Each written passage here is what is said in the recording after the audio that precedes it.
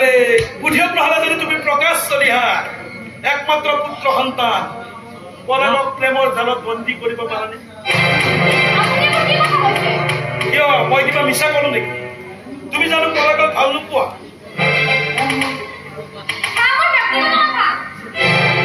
আৰে তোমাৰ ব্যক্তিগত কথাবোৰ এতিয়া একেবাৰে ৰাজহুৱা হৈ পৰিছে। তুমি হয়তো নাজানা প্ৰকাশ চলিহাৰ যিদৰে কোম্পানী সিদ্ধান্তবোৰ মোক নুসুধাকৈ একো নকৰে। ঠিক তেনেদৰে ব্যক্তিগত কথাবোৰো মোক নুসুধাকৈ একো এটাও নকৰে। সেইকাৰণে শুনাইছো যে তুমি জানা প্ৰকাশ চলিহাৰ বোৱাৰী হোৱা সপোনটো একেবাৰে বাদ দিয়া। কাৰণ চলিহাই তোমাক কোনোদিন বোৱাৰী হিচাপে সেইখন ঘৰত স্বীকৃতি নিদিব।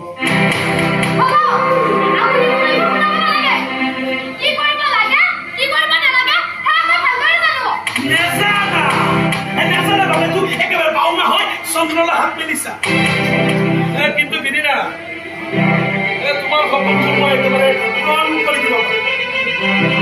তুমি সেইখন ঘৰত আনন্দ মনেৰে আনন্দ